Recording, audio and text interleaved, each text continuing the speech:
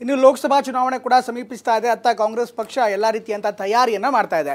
ಅದರಲ್ಲೂ ಜಿಲ್ಲಾವಾರು ಅಥವಾ ಲೋಕಸಭಾ ಕ್ಷೇತ್ರದ ಎಲ್ಲ ನಾಯಕರನ್ನು ಕಳಿಸಿ ಸಭೆ ಮಾಡ್ತಾ ಇದೆ. ಅದೇ ರೀತಿ ಇವತ್ತು ತುಮಕೂರಿನಲ್ಲೂ ಕೂಡ ಕೃಷ್ಣ ಬೈರೇಗೌಡ ಅವರ ನೇತೃತ್ವದಲ್ಲಿ ಒಂದು ಸಭೆ ಕೂಡ ಆಯಿತು. ಈ ಸಭೆಯಲ್ಲಿ ಮುಂದಿನ ಲೋಕಸಭಾ ಅಭ್ಯರ್ಥಿಯಾಗಿ ಯಾರನ್ನು ಆಯ್ಕೆ ಮಾಡಬೇಕು ಅನ್ನೋದ್ರ ಬಗ್ಗೆ ಕೂಡ ಅಷ್ಟೇ ಚರ್ಚೆ ಆಯಿತು.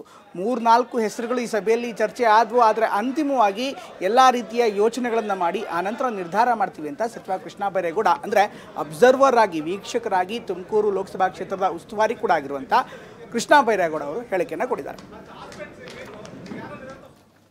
ಕಾರ್ಯಕರ್ತರ ಸಭೆಯನ್ನು ಇಲ್ಲಿ ನಡೆಸಿ ಕಾರ್ಯಕರ್ತರು ಹಾಗೂ ಮುಖಂಡರ ಅಭಿಪ್ರಾಯವನ್ನು ಪಡೆಯುವಂಥ ಕೆಲಸವನ್ನು ಮಾಡಿದ್ದೇವೆ.